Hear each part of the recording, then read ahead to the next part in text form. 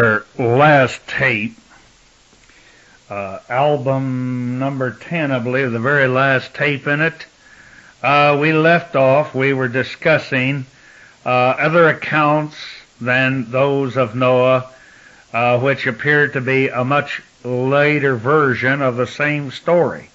Now, this doesn't have to destroy your faith in the Bible, your faith in God, Abraham, Noah, Christ.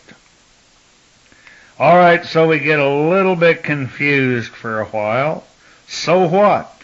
This is part of the process of learning. And so we have to be honest in order to have others believe us. And we left off in the last account that we spoke of a very interesting book written a few years ago by a fellow by the name of Andrew Thomas, and it spoke of the home of the gods. And he went in, and apparently he did a lot of research, and he spoke about the biblical accounts of Noah, and to bring you up to date, because you probably forgot where you left off. And we hear he also, like myself, he checked into the Mahabharata of India and how it relates to the Brahma, which is the higher caste of some of the ancient Indians in the area known as India today. And then they speak of taking the Brahma, how taking the shape of a fish, he warned Manu, or this mankind, that I maintain quite possibly and most conceivably from the evidence that I have and will prove that originated on Mars, which, you see, our world today, you know, all you have to do is check into the science and some of the back pages. They're not bringing it out into the public or getting them all stirred up. But our scientists have finally come to realize today it's much cheaper, less costly, easier to maintain, and will last longer if they put their satellites up on the moon. And what Russia and America, the supposed enemies, they realize and understand that whoever controls space controls this world, and possibly in the next few decades several worlds. So you see, my friends, the end of a circle is the beginning. Here, if we can only look back in antiquity, we see a cycle or a circle here that's beginning all over again. So we look back to these ancient days, and we left off on our last tape about these people who escaped from this doomed land, as some called it, Atlantis. And we were dealing with the, also we went back, we started to deal with the Aborigines of the Northern Territory in Australia, who also have a tale of the flood and of the birdmen who gave wings to Warwick. And the waters filled the creeks, and the seas came up and covered the whole country, and the hills and the trees and everything in sight. And then Charon himself, he flew away and set down alongside the moon. So you see, how could these Aboriginal people thought of these things when we read in the book of Revelation, talks about, and I saw the woman standing with her feet upon the moon. It's talking about a moon. Was it prophesying of a future date? The woman, you go back to Genesis 3:15, where the Almighty said, I'll put enmity between the seed of the woman and the seed of the serpent. And so I believe one of the great secrets here that we're unraveling, that the seat of the serpent was truly Mars. This is why a lot of these people who affected the Israelites of the Old Testament, they were called Edomites. And this is why when we look back in the days of antiquity, the days of Esau and Jacob, Esau, who married outside of the peoples and of what was prescribed by the God of Abraham, Isaac, and Jacob, we find that he married a Canaanitish woman. Now we've gone through Canine, and we've talked about the dog star, and we've talked about the red planet, and we've talked about Mars, and the God of war. But the Almighty said, Esau have I hated, and Jacob have I loved. And we find the mother of Esau and Jacob, upon finding out that he had married these strange women from the Hebrew word Nokri, those not of his race, those that were not indigenous to his household. And we find that when the Almighty said, Esau have I hated, and Jacob have I loved. Now Esau, he did something besides sell his birthright for some lentils or deer porridge. This was merely allegorical. It was merely a sign, a trade-off, that he had made this agreement to sell his birthright to Jacob, and it didn't mean diddly squat to him. But later on, his name was changed to Edom. And it appears that some of these people needed some new brains. And where could they find a better set of brains than one of the great fallen princes of the house of Israel? And so we're tracing it all back, and as I said, let's go back to Genesis 3:15, where the Almighty said, I will put enmity between the seed of the woman. We showed you that the woman was figuratively Adam's wife, the great cities of Adam and the great cities of Eve. And let me remind you once again, you go back into the Hebrew, and Eve was from Kala. Look it up in your concordance. That means a life container. And we're not just talking about her womb and all of this silly bedtime stories trying to get everybody to believe that every black, Asiatic, white, yellow, red, every species of mankind came out of one white woman.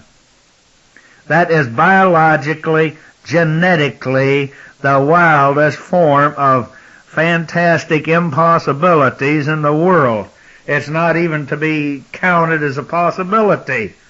But he said, I will put enmity, which means fighting, bickering, perpetual hatred and discord, between two seed lines. The seed of the woman, Israel, the issue ruled by Ra or El or he or him. And the other seed of the serpent. And from whence did he came?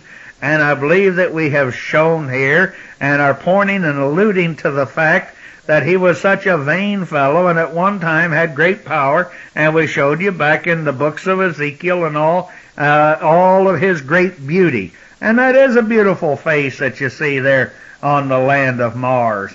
And it talked about how great and powerful in all of his jewels and his great authority and his trafficking and commerce. And you read it very carefully, and when you start to understand the book of Job, he was an intergalactic Simon Legree that was trading in all kinds of merchandise, making himself very wealthy and very powerful. So I believe that it was between these two worlds and these two seed lines, and we have taken you back to the great epic of Gilgamesh, who paints a very dramatic picture of that day of the great intergalactic planetary disaster that I maintain that went on. Quote, from the foundations of heaven a black cloud arose. And I believe that we have shown in our other tapes, and once again, let me remind you, the Chinese and their great dragon ships, they describe them as black and mysterious. A great black cloud arose, and all that is bright turned into darkness, and the brother, seeing his brother no more.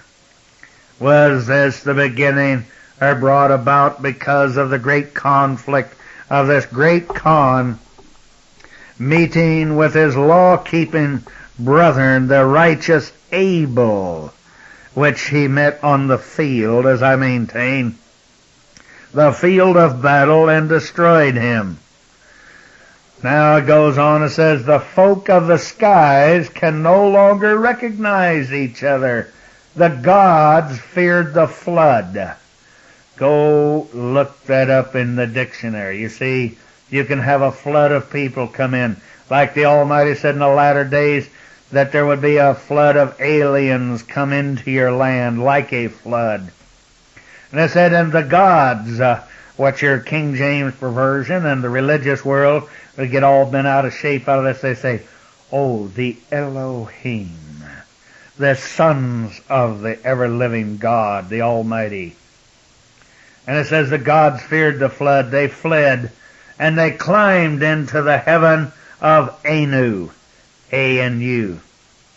Now, who is this folk of the skies? Who were these gods that were fearing the flood, and they looked for refuge and tried to find a place in heaven, and where did they go?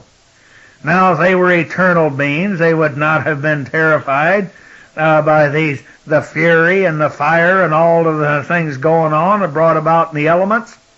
And it appears that these sky people were none other than what a lot of people are claiming to be the Atlantean leaders.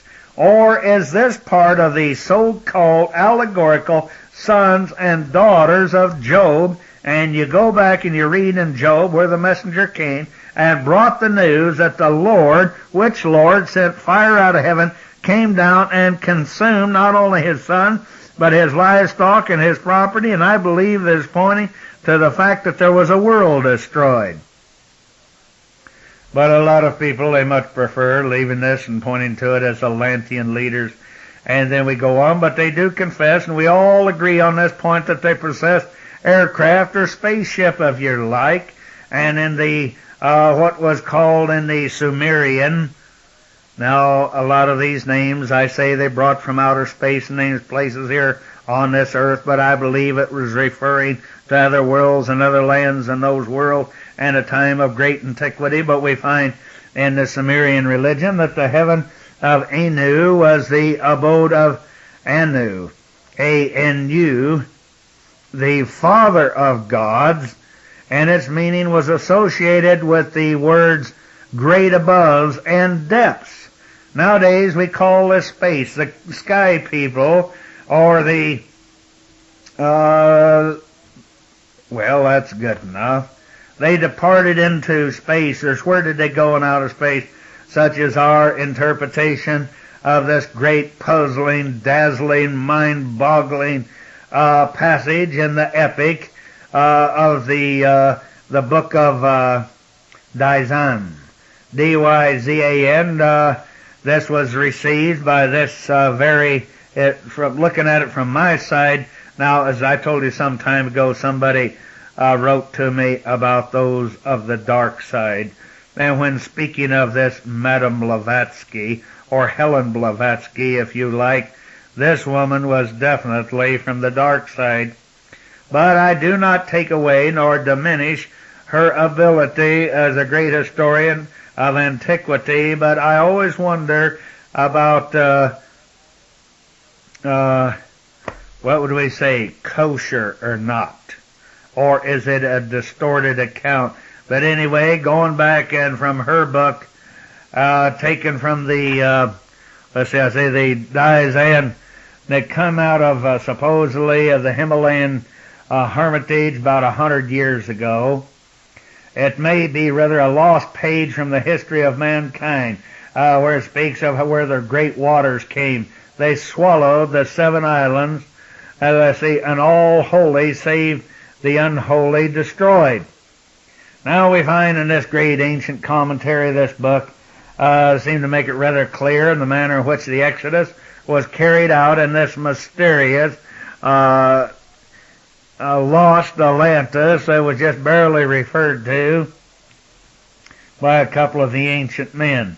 So the great king of the, now get this, of the dazzling face, the leader of the enlightened in Atlantis, seeing the inevitability of a catastrophe, he sent his great fleets of spaceships to his brother chiefs with the following message: prepare, brethren, arise, ye men of the good law, and cross the land while dry.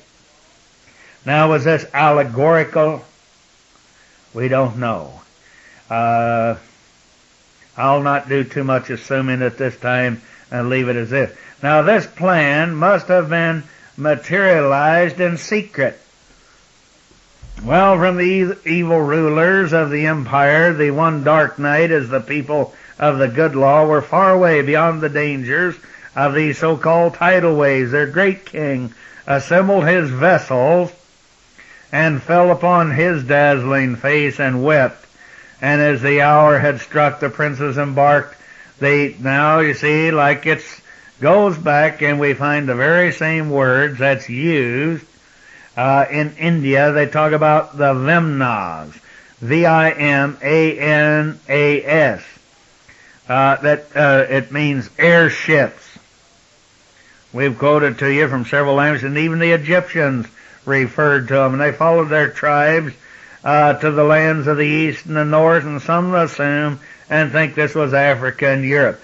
But I don't see where there's any archaeological evidence of this. Now, in the meantime, we find that meteorites, they showered on this kingdom of Atlantis, where the unholy ones slept.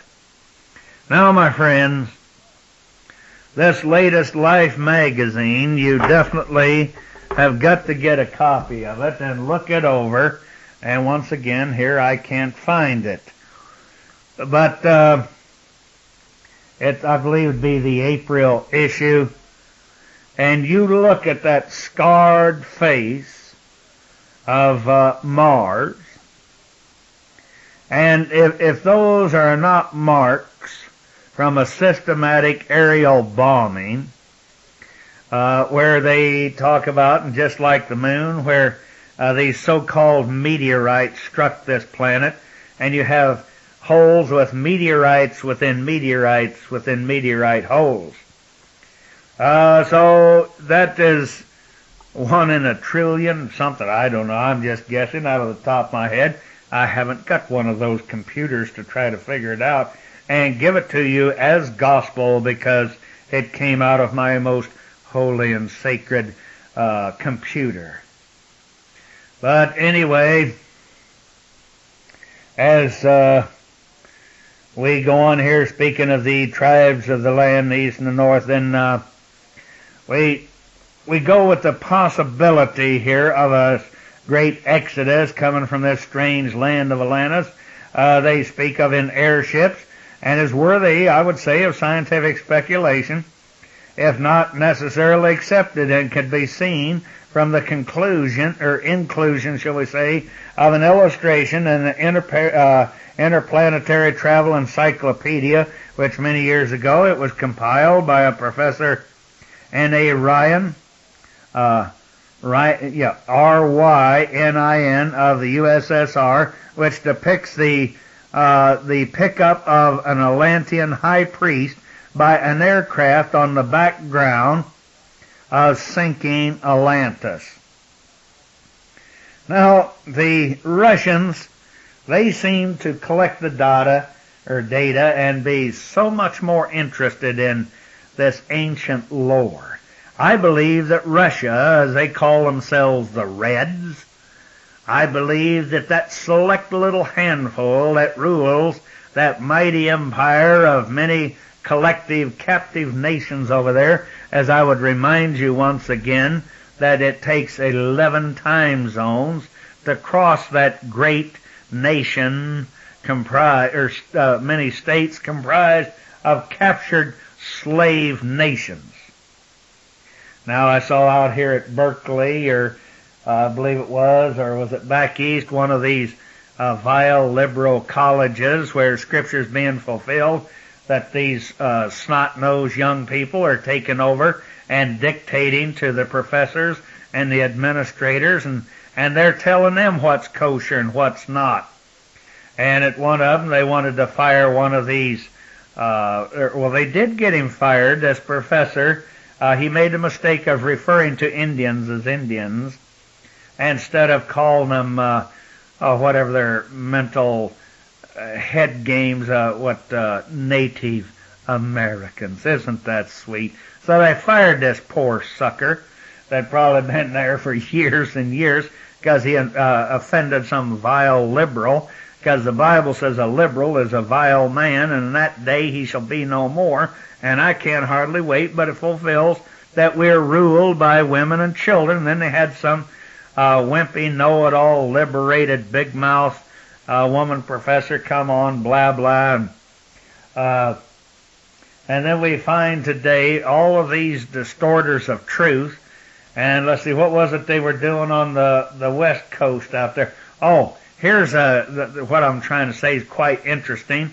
Another one of these professors they want to fire. He went down to the school bookstore, and the camera panned over shelf after shelf, eulogizing this Karl Marx like he was Jesus Christ come back. I'm not trying to be blasphemous, but the adulation and the books put out on, but all these different authors, by what a great man this swine was, that put people into slave forces, all power to the people and power to the state. And you're all a bunch of pea ants, and there's going to be 10 of us muckety-muck up here, live in palaces and sip out of gold goblets and eat steak, while you peasant class eat rice. Talk about self-deluding, naive. And then the next minute they got all of these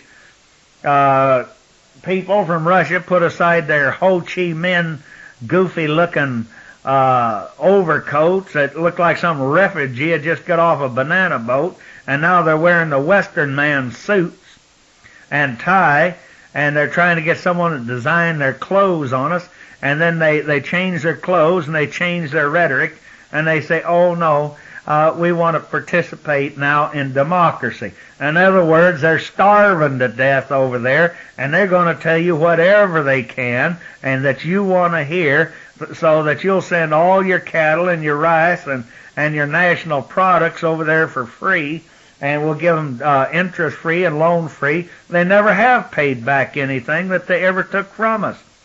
But then the next breath, all this communism's done away with, but yet they're trying to fire this professor because he wants to take all the Karl Marx books out. Now, what if we gave equal time to the WASP, the white Anglo-Saxon Protestant? And what if we deified the history of the great Scotchmen and the Irishmen and the Germanic people and the Vikings, and we put them up there with an equal par with Karl Marx? Huh. So, you see, then the white man, he crawls back in his wimpy little shell, and he tells the liberals whatever they want to hear, just because there's a bunch of these screaming ninnies out there, and he lets that bother him. Well, anyway, there I am off on one of my proverbial tangents once again. Now, you see, it's certainly like the old days. If we go back and there's anything to this account, that it is certain that there was just a few people that possessed these aircraft or spacecraft or spaceships in this pre-diluvian era. And in our own day, airplanes and space rockets, they're owned basically by big companies, and the state, and the situation may have been the very same thing as it is, or as it was in the Atlantean days. I could probably, if someone put me to the task, I could go back in some of my old records of 20-some years ago. I believe that it was in an Enquirer newspaper, and if I'm slandering them, I guess that's only fair, because they've slandered everybody else in the world. But back then, they gave the times and dates and places, and they spoke about all of these underground cities that they were building, where in a time of which they knew eventually would be this impending disaster, probably agreed on and created by those who rule our nation and those who rule Russia, that, well, we got too many people. If you've ever heard of these reports and believe there's anything to this global 2000, but I think the Almighty, after what's going on over in Bangladesh, I don't believe they have to worry about it. But my point is that they created all of these great underground cities, and they talk about the president and the vice president and those of the cabinet and all of these very important leaders. And it showed and said that they had all of these piles of monies and the records and this and that put underground. So when all the smoke cleared and it would be safe, all these bureaucrats and civil servants could come out and plague whoever was left alive once again with the same old hogwash. But, my friends, I don't know about that. I remember a few years ago, one of these false prophets, one of these great pious pontific pulpit pounding would-be puffing prophets out there in Los Angeles, he had the audacity to stand up there and talk about when Bangladesh got run over by all of these other crassless heathens out there, and how they had murdered hundreds of thousands of people. But these people, what they call the low castes of India, they don't mean anything to the rest of the world, except when a few of them get the idea, well, we'll go get the general public teary-eyed, and they'll send us billions of dollars, and maybe 10% of it will arrive to those people in India, while the rest of them get fat building big ivory palaces and palatial domicides. But then this silly pasteurized pastor, he got up and he neglected to tell the people how we sent thousands of doctors over there to perform endless amounts of abortions from all those young ladies that got impregnated as they were raped by these other invaders from other parts of India, because the family would not accept their illegitimate bastards.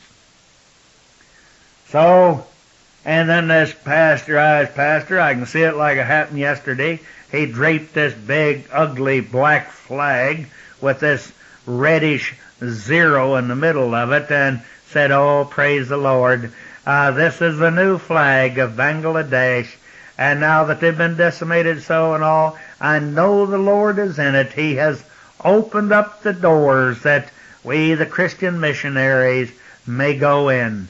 Now, my friends, we're going to pass the plates among you and take up a love offering, and it will be our church that is going to spearhead this great cause into this heathen land, that we might bring them Jesus.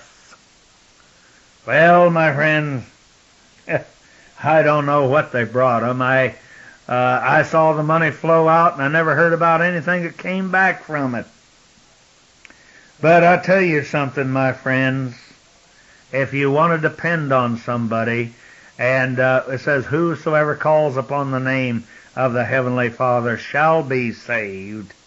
And it sounds to me like here in just the last few days, if you've been listening to all this natural catalytic upheavals of rains and floods and tidal waves and the winds blowing and the epidemics spreading through those people, and they say that they figure the death toll is going to be up to 500,000 people. Now, I know you feel sorry for them, you get all teary-eyed, but my friend, it tells you in the Scriptures, when you deny Yahshua the Messiah, the Yahweh come in the flesh, hey, you got nobody else to call on. But once again, those mysterious winds, and you look through the Psalms and the rest of the Bible, it said that he was going to bring calamity, he tells you in Micah, and he tells you in Psalm, calamity upon the heathen such as they have never seen. All these thousands of years, and they still, they exclude and deny the Almighty, the Creator of all this. Well, and then for these people that tell me that God put a little pretty rainbow in the sky, and there's never ever again going to be a flood. Well, you go over and tell those people that right now, and they probably cut your head off. So anyway, when we go back to the Babylonians that had preserved the memory and the history of great prehistoric astronauts, or shall we call them aviators, and then, as I told you, we get into the Chaldean account of the flood, and we find that this image of Etan, E-T-A-N-A, Etana maybe, the flyer.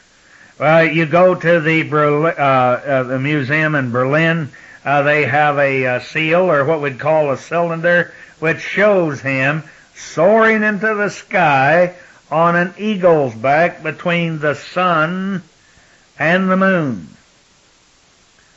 And so you see, my friends, where was he going?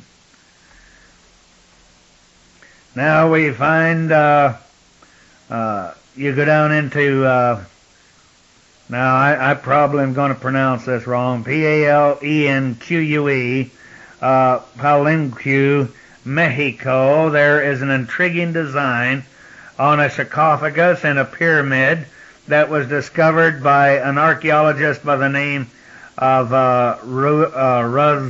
R-U-Z Luhiller in Mayan style, and it shows a man who's sitting in a rocket-like machine with a fiery exhaust, and I believe that this man possibly discovered it or brought out the fact of it before von Däniken, but he's leaning forward, and it shows his hands that are resting on handles, and the rocket contains many objects which could be part of some sophisticated mechanism, and then after there's a lot of people who spent a great deal of time, in fact even years, analyzing their numerous codes and tirade and so forth, and you take the people of France, they came up with the conclusion that there is a Maya concept of an astronaut in a spaceship. The hieroglyphics on the border, they stand for the sun, the moon, and the star Polaris, which lends support to the cosmic interpretation. On the other hand, we have the two dates on the tomb, which appear to bear out the fact of AD 603 and 633. It make it dubious, however, if the priest was buried in a cave, was not only an astronomer priest, but a custodian of the Central American tradition about these great astral gods. And this ornament here, it may be a memento, should we say like a souvenir of great space travel in that day and age. So as we look out through the histories of all of these ancient peoples, we find tradition of aerial vehicles in antiquity that may merely be just like a dim echo of some prehistoric aviation and astronauts since the so-called Atlantean and that maintain that there was a very high civilization before the flood. And I think that this did exist on Mars and other places there, and the explanation may not be too far from the mark. Now we take once in a while, you figure I get just a little tongue-tied and get so many things on my mind, I start to fuzz out. But you go back and let's consider the idea of atomic bombs and spacecrafts way before the flood, and what was the shape of things in this mysterious place of Atlantis that they talk about that sank beneath the oceans. But I don't agree. I believe, as I say, as we get further down the road, we're going to show that this happened in another world, because the Greeks alluded to it, and they told you about the wars of heaven, and that it was in another world. But unfortunately, we keep denying this. And everybody wants to go back to Atlantis was here on earth, and Mu was here on earth, and all of these other, and Lemurra, and these ancient mystical places, these great centers of science and engineering. So we go back, and as we search the records, we find that Plato, he definitely, he spoke of conquest and the imperialism of the ancient Atlanteans and in their closing epic. Now, we go back to, boy, I tell you what, some of these ancient words about India and all, they are mind-boggling. We have what they call the Samsaptak Abadha. It's the ancient scriptures of India that mention airships that were powered by some type of celestial force, and it speaks of a missile which contains the powers of the universe, very much like the Mahabharata, and they speak of the blaze of the explosions as compared to 10,000 suns, just like the Mahabharata. And the book said that the gods had become alarmed, and they cried, "Do not burn the whole world to ashes." Now that doesn't sound like water. Don't burn the whole world to ashes. I'm talking about in the pre-Diluvian age, that we're talking about a world. And does this compare to Job? And I believe if we search the time sequels, and I had some assistance that we could have search the libraries and search down the exact date and feed it into computers, we could come up with some fabulous answers. But unfortunately, I have to do it the old-fashioned way by taking notes and search through dusty libraries to where sometimes I think I'm going to have an asthma attack and try to correlate this and make sure that I'm pronouncing it right, things that I was not made aware of in school. And so a lot of times if I sound a little ignorant because I did not study Greek mythology in school. This was not given to us.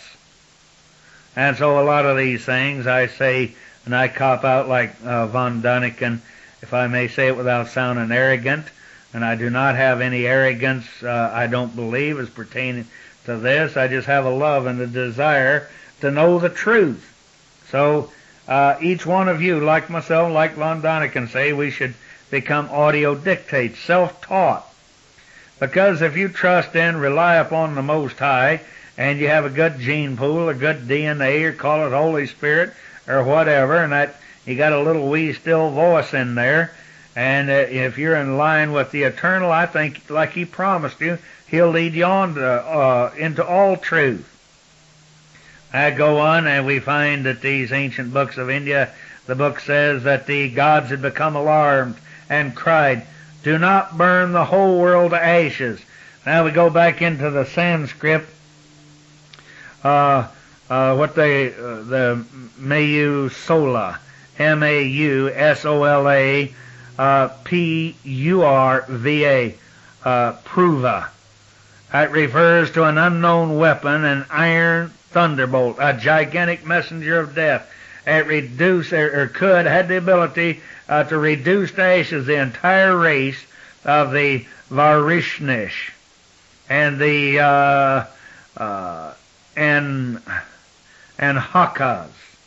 And it tells that their corpses were so burnt, so unrecognizable, and that their hair and their nails fell out, and pottery broke without any apparent cause, and the birds turned white, and after a few hours all foodstuffs were infected. Now this is parallel, this is exactly what I quoted to you out of the Mahabharata, you know, the sagas, or the ancient sages of India, and this is another guy that just, one of them probably copied it and given it to us word for word here, and we went into St. Paul's radiation burns and throughout our other tapes, and I think that we cleared up that riddle there, that it was radiation fallout. These people got too many rads of radiation.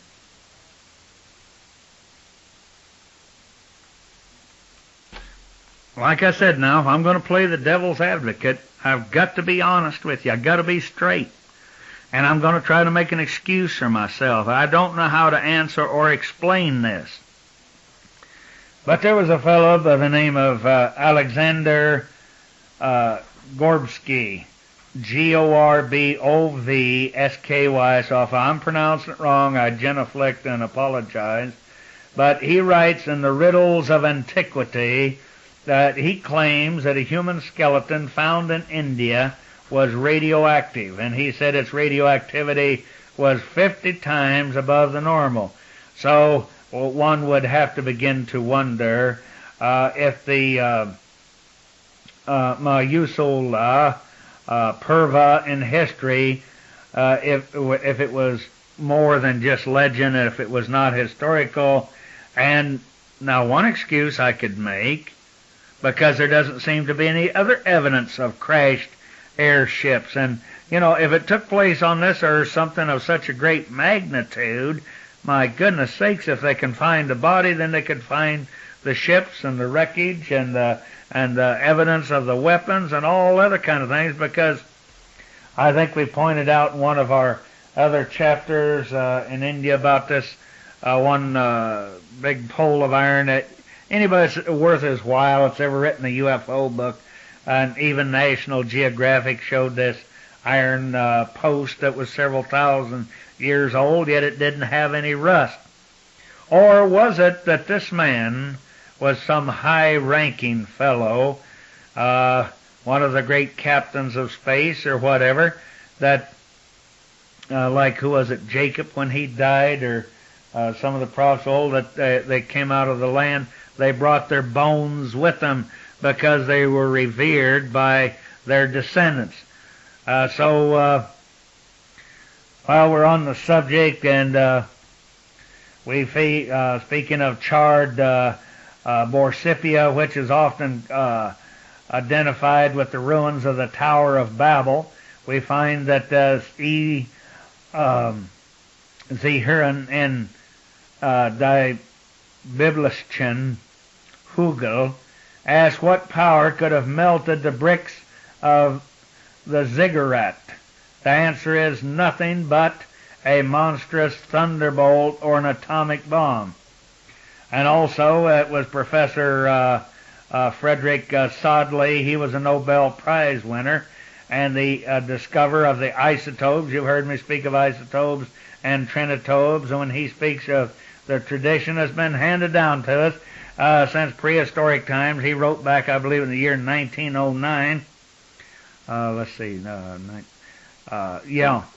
1909, he wrote, he said, can we not read into them some justification for the belief that some former forgotten race of men attended not only to the knowledge that we have so recently won, but also to the power that is not yet ours. Now, if you're going to call a man a prophet, I would say this dude, he definitely qualified here. But they get all mind-boggling, and they're terrified to bring it down to which race and maybe some of their progenitors. And I think if it was if they could prove it was their race and had been turned to crispy critters, I think they ought to investigate into it a little further and see what they could do to avoid that mistake. But as I said, the only thing we learn by history, my dear friends, is that we don't learn by history. Now you remember, though, in all fairness, let's cut them some slack, that back there in 1900 time, that power, the power of the atom, was not ours. It was obvious that Professor Soddy, he envisioned a past civilization which had mastered the power of atomic energy. Excuse me, in discussing this prehistoric race, the pioneer nuclear scientists also imagined that possibly they could explore other realms of space. And so we look back at all of the different ancient books of India. They speak of airplanes, and they speak of atomic bombs and space travel, and the Vedic gods of Pushan sailing golden ships across the great oceans of space. And then we hear the Garuda. He speaks of a great celestial birds that carry Lord Vishnu in his great cosmic travels. And all of these other ancient writings that we could name without end that describe these aerial flights through the different regions of the skies and the firmaments and far above the regions of the wind is clear indication that they knew quite well of space travel. And the Surah of the Sindhata, the oldest Sanskrit work on astronomy, it cites Siddhas, or perfect man.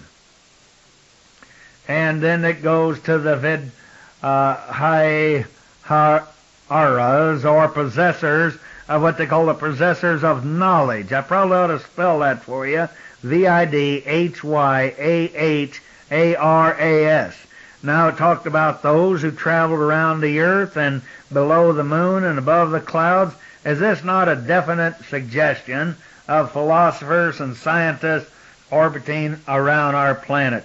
Now, once again, let me take you back and remind you of that most fascinating epic of Gilgamesh. Its link with the Indian scriptures and many gaps of history. An early man, it becomes filled in as far as I'm concerned, and at the time of world cataclysm there, the sky folks of the Gilgamesh, they departed heavenward, either to orbit around the earth or even to fly to other planets. And as we said, did they possibly have something to do with the so-called twin moons of Mars, Deimos and Phobos, which some say are ancient derelict satellites, one being 5 miles, another one 15 in circumference, and maybe they're not derelict. That's something to think about, isn't it? At this time, I should ask you to please turn to side 2 of your tape, and we will continue with our discussion. Tahara says that by means of skyships men could fly in the air, and also heavenly beings could reach the earth, and one cannot help thinking of two-way traffic, as I said, and just some more documentation that there was great intergalactic space travel between our planets and other worlds, and reading this message here. And it's also, I think it supports itself that we can only suppose that the exodus from this so-called Atlantis was carried out by ships, not boats with somebody paddling like a fiend trying to outrun 100-foot tidal wave.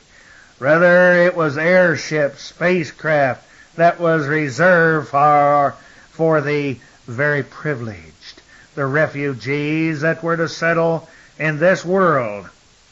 And did they not land in the Pyrenees and in ancient Egypt, providing an impetus to the civilizations also of the great Mediterranean bases?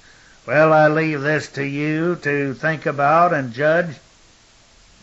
But we find in the Lacanian the cause, one of the countless witnesses that I shall call from the ancient past of antiquity, shall also be this Zeus that I told you he was the Lord of Olympus, who was eventually to have,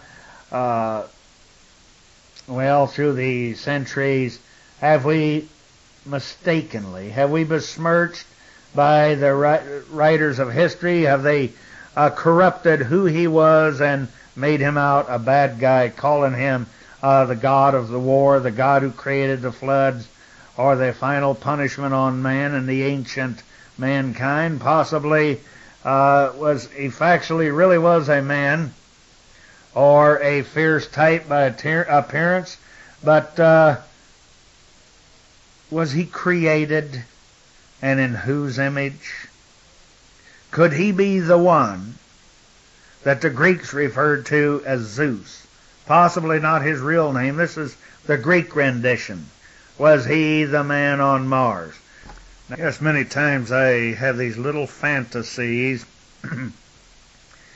that I might have government grant money where I could have some energetic young assistants who could help me go through the tons of research and get a computer and add all of these things up.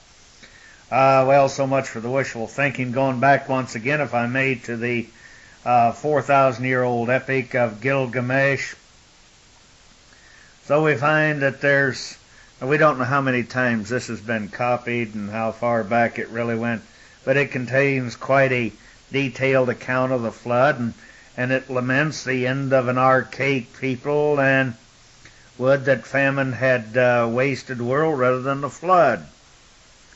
Now, the Bible has the story of Noah's Ark, we know, and the great flood in the book of Enoch. The patriarch, the one who warned Noah of the impending disaster before being taken to outer space alive. Now, there were meaningful messages about what they called back then the fire of the west and the great sea towards the west. Now, just what were they referring to? About 1,800 years ago, Lucian, he recorded a most remarkable story that illustrated how strong the traditions of the great flood were that went way back in antiquity in the what they call the priests of Baalbec. Now in the Lebanon area, had the curious custom of pouring seawater from the Mediterranean into a cleft of the rock near the temple there to perpetuate the memories of the water of the deluge, pouring away into it, and the rescue of Diocletian to get, In order to, what I'm trying to say, I'm getting tongue-tied here. In order to get to seawater, the priests, they had to travel to the seashore of the Mediterranean and then back to Baalbek for as long as 4 days. It's worthy to remark that this cleft in the northern end of the Great Rift, which extends as far south as the Zambezi River. Now these priests, their rite may be a folk memory of a great cataclysm, because after so many centuries upon centuries, it gets distorted and gets lost, and then there's some priest comes along with a new idea and really bastardizes the original story. But then a Bushman tale, it points to a vast island which had extended west of Africa but later was submerged. Now this is one of the many legends about the so-called sinking of Atlantis. But we would remind you that I'm not the first to bring that out, but I'm sure that there's a whole bunch of these UFO buffaroos who have taken the pictures of the ancient aborigines, who have drawn pictures of modern day women who came from the skies dressed in modern apparel, and showing that they seem to be floating through the air. And they have pictures of what appear to be ancient astronauts, men with like bubbles over their head in a space suit and so forth. And so quite obviously they gathered these tales from ancient men who came from the skies, and it has received a place in their lore for eons and great time periods.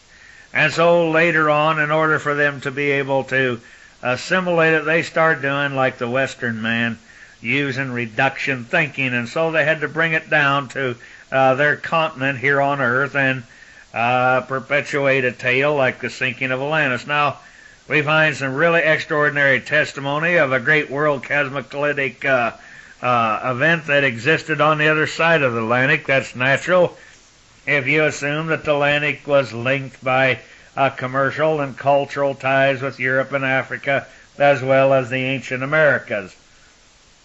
Now we find here that the Maya Codex, as they called it, they state the sky approaching the earth, and in one day all perished, even the mountains disappeared under the water. Now the Dresden Codex of the Mayans showed the destruction of the world in a pictorial form. On the chart there's a serpent in the sky. Notice once again, like the Chinese, the serpent, the spaceship, somebody, either in this world or another world, and here were these spaceships, these sky creatures, that brought about these torrents of water pouring out from its mouth. Now, once again did man lose it, misunderstand it, what was being poured out and from whence? These Mayan signs, also they indicate lunar and solar eclipses, and the moon goddess, the patroness of death, has a frightening appearance and looks like an inverted bowl from which gushes out or pours out a great destroying flood in her hands. Now, were they familiar with, and did they refer to Venus as this great bowl, this great planet? In other words, came from that headquarters. Now, a lunar and solar eclipse. There is a clue that I want to point out to you. And you keep this in mind to confirm the great events. Once again, I remind you of the darkness that happened to the children of Israel as they fled their captors in Egypt. 3 days and 3 nights of darkness. Something caused a lunar and solar eclipse. At the death of Christ, a lunar and solar eclipse.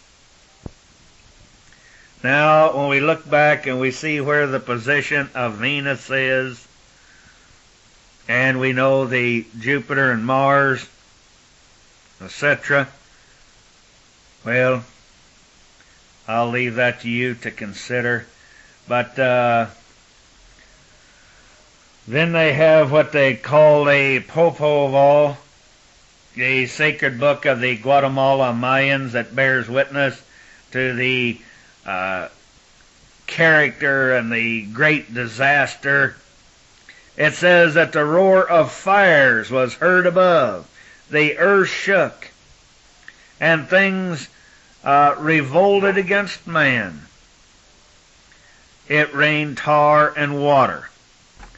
Now that is a very odd thing.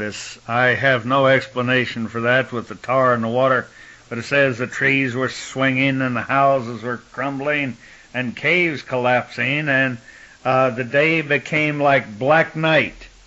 All right, once again, what happened? There it is, was this ancient space station.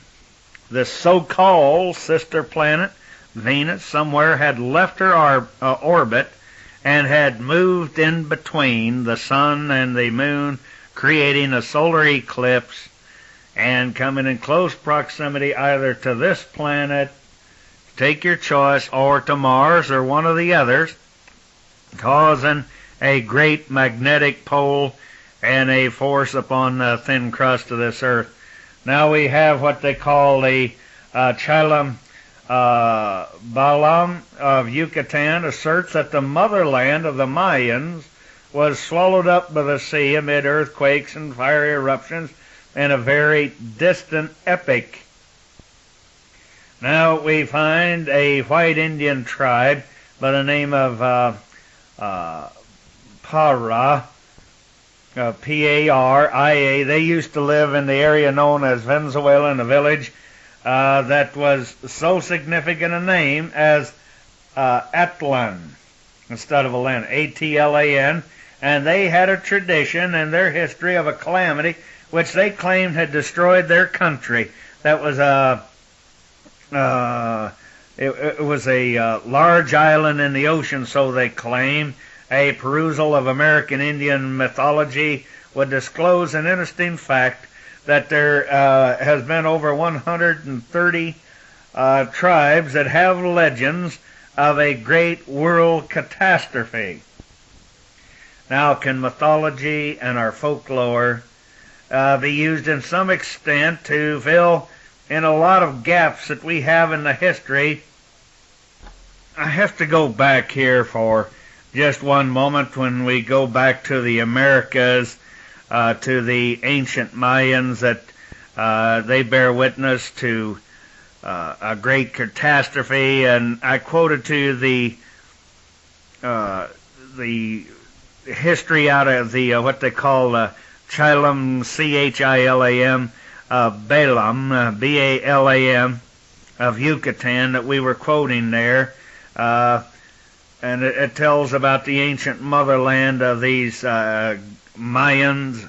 And one can't help but notice the great similarity between the Baal and Balaam and Baal, the corruption of the word of this great ancient figure that eventually was deified by his followers.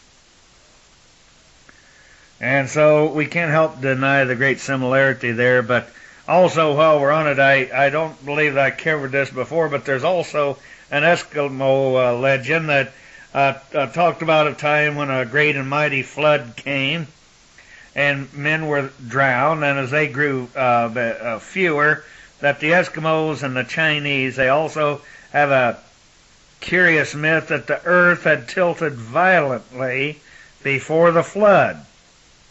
Now, you take an Earth axis tilt can explain a worldwide cataclysm, but science knows of no cause of what could produce such a sudden change.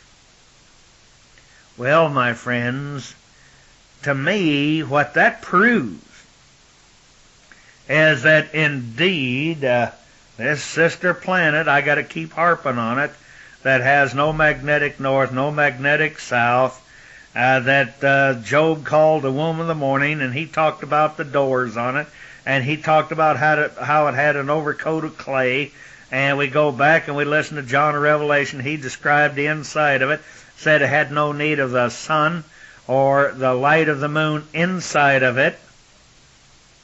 because he talked about this great Messiah that had returned to space, said he was the light thereof. He wasn't just sitting in there glowing, but he had the science to light up all of the different 12 floors that John, in the vernacular of the day that wasn't used to living in condos, he talked about there was 12 foundations. Well, in our day and age, we'd simply say the 12th floor. Each floor having a foundation or something to support it. And I don't know if you can catch that vision in your mind's eye, and the only way I can do to equate it is driving across Kansas or Oklahoma or another awesome Arizona or New Mexico, when, like that song says, on a clear day you can see forever. And you multiply that by tens of thousands of square miles, and you're talking about the floor, a synthetic earth that lives off of hydroponic gardening and great science, and has all different levels, possibly with people different ages, and those who go so far back in antiquity, even though they may all look very youthful and young, but each one of them in a different stage and progression. And then one of our great clues I want to keep reminding you of is that Psalm 68, and it's talking about the Almighty's house. He said, "This is my home forever," and it talks about his family is there. And John of Revelation, he once again will remind you, he spoke of the family of God. He equated them in the ancient allegory and the symbols that he used as the bride of the Almighty, that they were dwelling inside. But we go back to Psalm 68, and it appears that there was a floor or two, obviously, covering, you figure using the pi times r squared symbolism of it there, that the Almighty apparently had set aside. This was what we call it the war level, and this was where all of the great ships of Michael, who was in charge of guarding the very throne of the eternal Almighty, and it was from there that he would issue the orders that these great ships, that they would go out. We quoted and showed you in the other books that how in ancient times, and your Bible called them the Watchers, and they were anxious to be off, not only to patrol this earth, but to guard that planet, but to go to the four corners of heaven and earth, into other galaxies and solar systems. And here they have these light machines that can travel through time and space beyond the scope of our understanding, or science, or mathematics. I don't know how they do it, but they can do it. And as we find, as we look back at the ancient records that was left behind throughout the Caucasus and the ancient primitive civilizations, that these people who replaced or followed after the great Aryans that came from India, or the seed of the Viking race, the tribes of Dan of the Bible, who later went on to become known as the Dane-ish or the Dan-ish, and migrated, that they were great seafaring men, and that they were also great cattle raisers. And we wonder where all of the cowboys of the West and the Midwest, and why the Semitic man is still intrigued with cows and cowboy boots, and he loves to be near his animals and out on the open range, and to experience a great freedom that these governments of ours, if they had their way, that day will come to an end.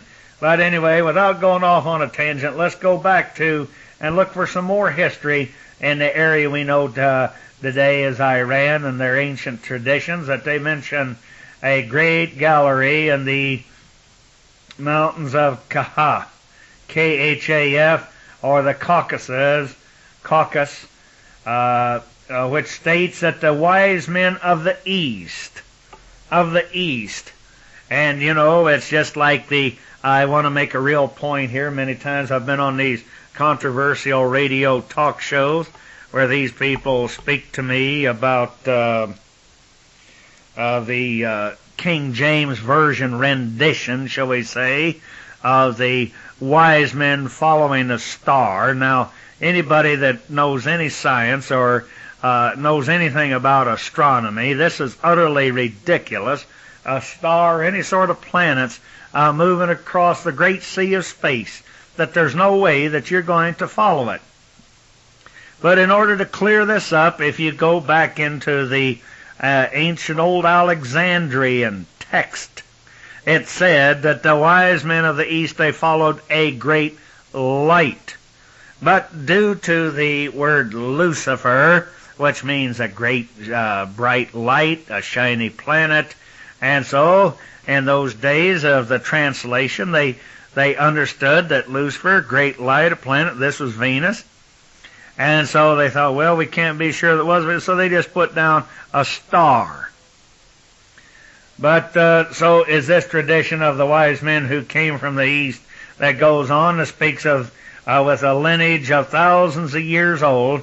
And then we have what we call Taimuraz, Taimuraz.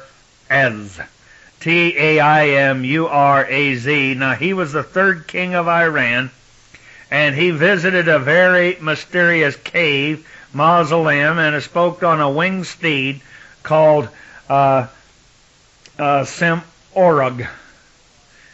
Simorgh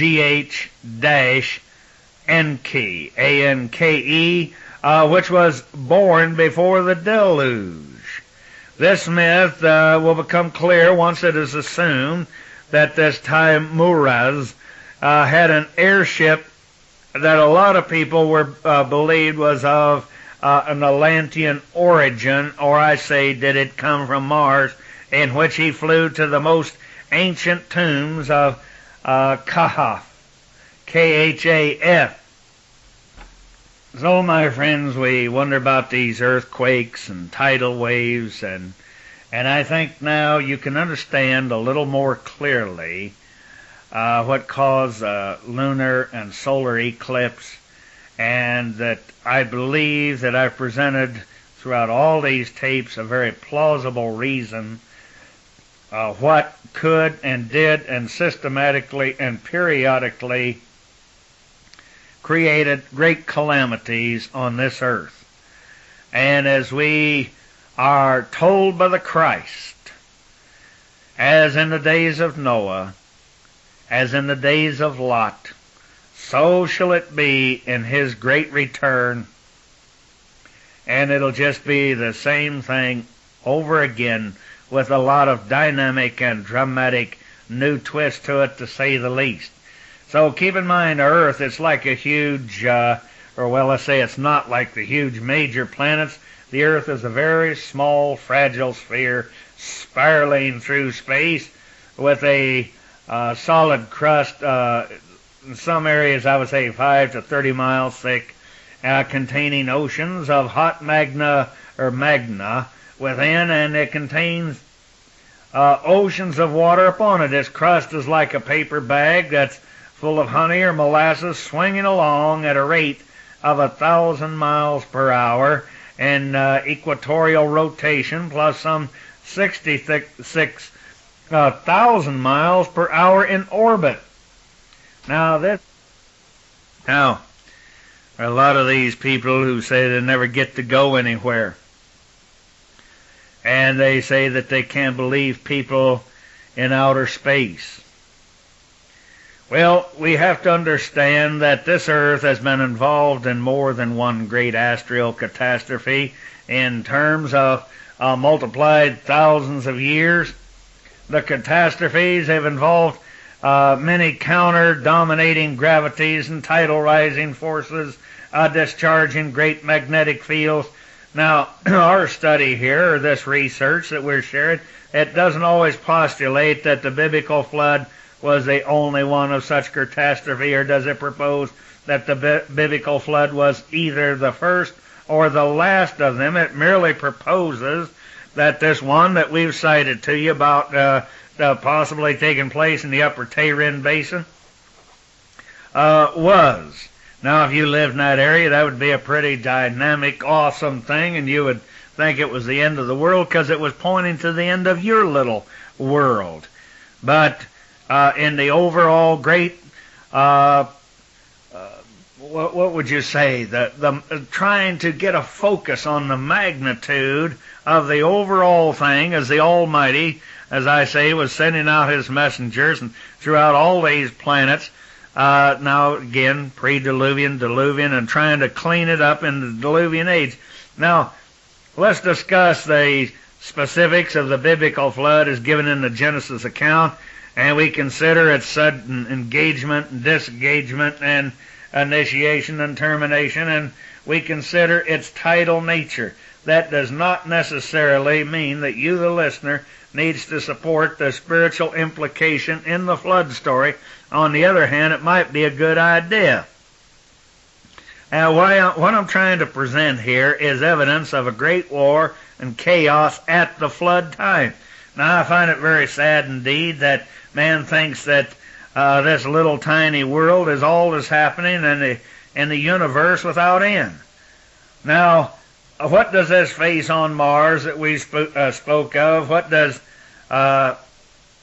it mean? What does it prove? If we only had the knowledge after its discovery, who were these people that came out of the great house of glory? Were some of them involved in? I don't know about you, if we could just go back and try to learn from the traditions among the ancients of the explosions in the heaven. One includes a location in the zodiac known to the Romans as Cancer or the Crabs. The Egyptians they called Cancer a beetle. Now you remember they wore the scarab of the beetle because they have those beetles over there that you can stomp them into the sand, and a few minutes later he'll be digging out of it. And so they equate them with, and it's a symbol of life and immortality. But now getting back to the Cancer, the crab, we find that the Greeks and the Chaldeans, they also picture it as a crab, and the astrologically minded Hindus called it a tortoise. It is not the purpose of this tape here. I'm not trying to introduce the cosmological themes of the ancient civilizations. However, it might be well that we recall that in the Greek legends that there were 7 sisters or planets which were visible to the naked eye. Now remember, the 7th was Electra by name. Now we remember, all right, there's a lot of you, I hope to get out here pretty soon some research that I think is outstanding upon the book of Revelation, because in this dire hour that we're in, so many people ask me about prophecy, and what does, because I'm so critical of it, these other pasteurized pastors that go around and they use the book of Revelations as a smorgasbord, that not realizing that it does have a mathematical and a historical and a very accurate fulfillment of prophecy down through the quarters of all of the ages, going back to the very hour of Christ. And even prophets are teaching in reverse some things that we still have trouble understanding. And I know that there's a symbolism in the allegory that Christ holds the 7 stars, or these planets, in his right hand, meaning he has control, he's ruling over them, and when he put the bow in the clouds, he said, hey, there's nothing like this ever going to be allowed to happen again. But we forgot it. We haven't learned our lesson by it. But there's a duality to the meanings of it, and I had a very fine gentleman who I consider my friend, and I believe has, if I remember correctly, has ordered most of my tapes, and he's listened to them and different research that I have recommended and sent out books to him. And he said, brother, I would like to remind you that the scriptures are for no private interpretation.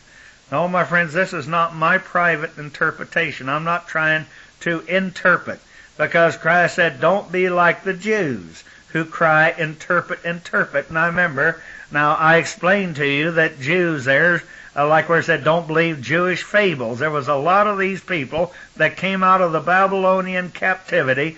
I think there was a multiplicity of races there who migrated out with the true Israelites, and it was at different time periods. And so these people were captives. They were refugees from Babylon, but they, instead of Yehudim, they put down Jews. And just like Revelations 2:9, says, I know thy works, and thy tribulation, and thy poverty, and I know the blasphemy of those Jews who claim they're Jews and are not of the synagogue of Satan. Now, I know that you have these rabbis and preachers and teacher types, and rabbi means a teacher, but I think, is it just a coincidence? I think about the word sin, S-I-N. A lot of people says, oh, that's when you do something bad. That may be so too. But also the sin and Chin were one of the ancient names of Asia, or China to be specific.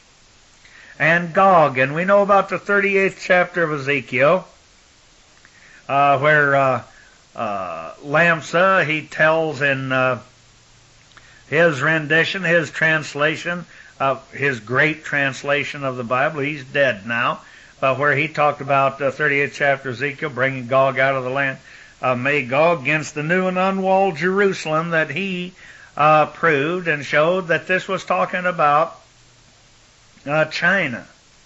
And also he hinted at that it included also Japan. Well, we don't have to wait for them to turn on us. They've already turned on us.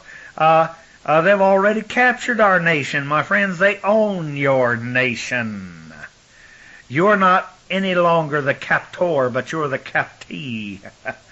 It's very sad indeed. But let's go back here to the Greek legends and the 7 sisters or planets which were visible to the naked eye, and the 7th Electra by name. It tells us, now, what were they trying to tell us? It said that Electra could not bear to watch the destruction of Troy, so she withdrew from the heavens. The great flying city. Now, if Electra, allegorically, symbolically, and in actuality, this was one of the 7 or an 8th planet. I don't know as I go along in toto. At times I may be a little wishy-washy, because I'm willing to say, by gosh, I was wrong. I have a new opinion. And they say, oh, we're losing faith in you, brother, because you changed your mind. Because what you said yesterday, you say you don't believe today. Well, that's how we grow, my friends, because I haven't walked on water yet. I'm a mortal man. I'm subject to air, and through wading through all of this, I can only walk in the light that I have at the present. Now, did Electra, the Greek legend, that did it possibly like Sitchin say? Did it represent the 12th planet of mystery alluded by Mr. Sitchin in his book, The 12th Planet? Now, why am I bringing all this up? Because the flood of ancient times caused a catastrophe that was so great that it can still be seen in space if you have a telescope looking at the Dervish or the refuge or the bits and pieces of possibly a planet or planets or chunks of planets that were blown up, blew them way out into space. Our world... well, what I'm trying to say is the piece of that Earth, they're still orbiting in space around a lot of these. Now, here we have an example of a planet that's been fragmentized, but the matter must be considered. Let's check a little further here. Suggestions been made relatively to the recentness and timing of several thousand years with regard to the rings of Saturn, and accordances with what they call Roche's limit. Now, Saturn was the largest participating body and the causing body. Now, as to the asteroid fragments which have assumed orbit around the sun, where is the causing, or where is this what they call the causing body? And is it the tradition of Electra related? Was she indeed a planet that was destroyed as she left her orbit? With Neptune and Saturn, the indication of an ancient astral catastrophe were reviewed here, slightly less than, some people say 3 million, some 1 million, from the Earth, respectively, and these asteroids, they travel mostly between 200 million and 250 million miles from the Sun, and some of these asteroids have been known to pass within 10 million miles of the Earth. Now you think that's a long ways away? Well, actually, my friend, it's not. It's very close. And we find these numerous asteroids are to be seen between 110 million and 160 million miles from the Earth, and the Earth orbit now being some 90 million miles from the Sun. This is an indication possibly of astral catastrophism, 10 times as close as Saturn, and a catastrophe of a much greater magnitude. Now, where they go back, and these scientists, they talk about the fragmentation of a planet. Within our solar system, there's a fairly regular ratio of increasing distance of each successive planet from the Sun. The principle also has been observed, for instance, in the satellite arrangement of the major planets. We find the observation, it parallels the planetary arrangement around the Sun, and the observation of regularly increasing distance of the planet from the Sun is known as, I'm sure a lot of you learn it in school, what they call Bode's law. B-O-D-E'(s) law.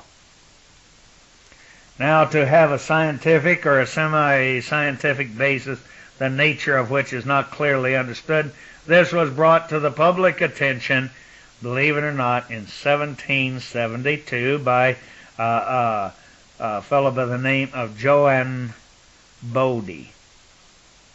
Now, according to Bode's law, now listen to this. This is the point that I'm building up to, and I know some of this sounds a little heavy-duty, not interesting, maybe a little bit boring, but I present these things for a purpose. Now listen to this. Back then, they started to think. According to Bode's law, there was one vacant orbit between Mars and Jupiter. After Bode, or Bode, he brought this to the attention of the astronomers. They turned their telescopes to this region. This was during the time that Hutton was formulating the proposition of Earth uniformitarianism, as he called it. Shortly, the first asteroid was discovered in 1801 that was called Ceres, C-E-R-E-S, and it was observed to be 500 miles in diameter, but irregular, reflectively, and hence in shape. It was a fragment, not a sphere. It scintillated or varied from hour to hour in reflectivity when viewed, indicating that it was rotated and possessed an irregular surface. Many more were soon discovered, and also with apparently irregular surfaces. Now, today, I guess they know about 2,500 fragments have been identified with names or with numbers. Estimated estimates of the number of these asteroids, which are undiscovered, run as high as 50,000. Some have even updated it from these sources. And the circumstance surrounding this fragmentation here is not known. But if it is my theory is believed that we prove and show and indicate there was probably a planet or two destroyed out there. Once again, I remind you of Electra. She was frightened. She left the scene. She couldn't bear to see the destruction of her love. But what I'm trying to say, it goes on, the conclusion is that the circumstances surrounding this fragmentation here, they say, well, we don't know what it could be, but evidence throughout the last several decades proves, in my opinion, increasingly and conclusively indicate that these asteroids are remnants of a former planet. I'll take a moment to stop here to go look for a note that I had written down here. Here it is. It was reported in Harper's Magazine, August 1963, if I may quote as follows: a similar assertion that celestial disasters could have taken place when men were on Earth and were watching and had already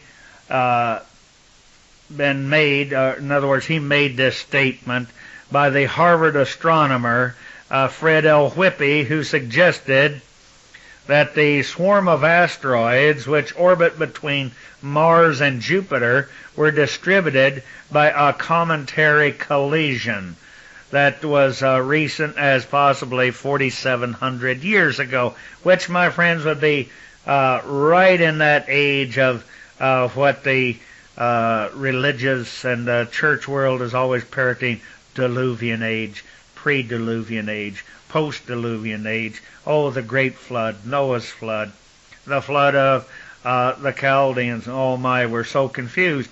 But I think, in other words, we're discussing all the different battles, but we put it all together. It was one great war that perpetuates and has been going on for several thousand years. You may call it between the sons of darkness and the sons of light, the children of light, the children of darkness. Of course, Christ gave us that one. And the Almighty, once again, I got to remind you, Genesis 3:15, the Almighty said that He coded this into the people, this perpetual hatred between the children of what I think the children of Mars, the Edom, the Reds, that has vexed Israel since time immortal. Well, anyway, I'll get off my soapbox here. So if these are far apart in their dating, well, I don't know. I don't think it's that far apart there, but I think that what I'm talking about here is Harper's also went along. At that time, they said, was Velikovsky right? That was in Harper's Magazine in August of 1963, page 52, and James S. Pickering, 1001 Questions Answered About Astronomy in New York in Dodd, Mead and Company in 1959, page 203. Now that's the end of my quote on that. Let's go back, and you've heard me while we're in this, discussing the destruction of Troy by the Greeks as both described by Homer, and attributed to conflicts then going on among the, now get this and understand what they were trying to get across to these contesting celestial deities, if you like, who were in conflict. We're talking about rulers and kings that were later described as deities. But they were just a bunch of powerful jerks that had a little bit more power than our Presidente and the United Nations. So we find here that among these contestants, if we could just figure out who they were, there was Zeus, representing Jupiter, and then there was Ares, which is another name that they used that represented Mars. And then we have Athene, which also represented Venus, and to a lesser extent Aphrodite, the moon, and Hera, which represented Earth. Now, I want to remind you once again, when we speak of like Aphrodite, I look at all of those craters on the moon, where mankind, once again, Russia and America both, they want to put space stations on the moon, and I'm sure they realize he who controls the moon can control the earth from space. But we have shown you from the ancient writings all these other people who have stood on the moon, who have had base stations there. All right, or space stations and base stations, that's both correct. But we find the Greek tradition that further attributes the founding of Troy to Dardanus, whose mother was Electra, one of the 7 celestial cities, or sisters. Now, is there a connection here with what Job was talking about? Yet he only claimed 3 daughters and 7 sons. Very interesting here.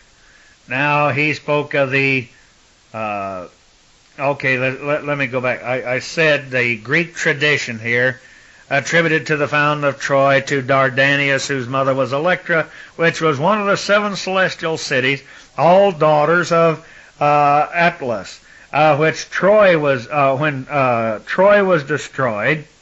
The Greek mythology has it that Electra could not bear to watch, so she withdrew from the heavens and never to return. So, this is where Sitchin, he gets the idea of speaking of, he calls the planet Marduk, how it left, and it goes on a cycler, an orbit that returns in this very odd cycling orbit. It comes back every, I think, you can write me a letter if you want, every 250 years, whatever. But then we find, all right, where does time go when we're having fun? Write to me.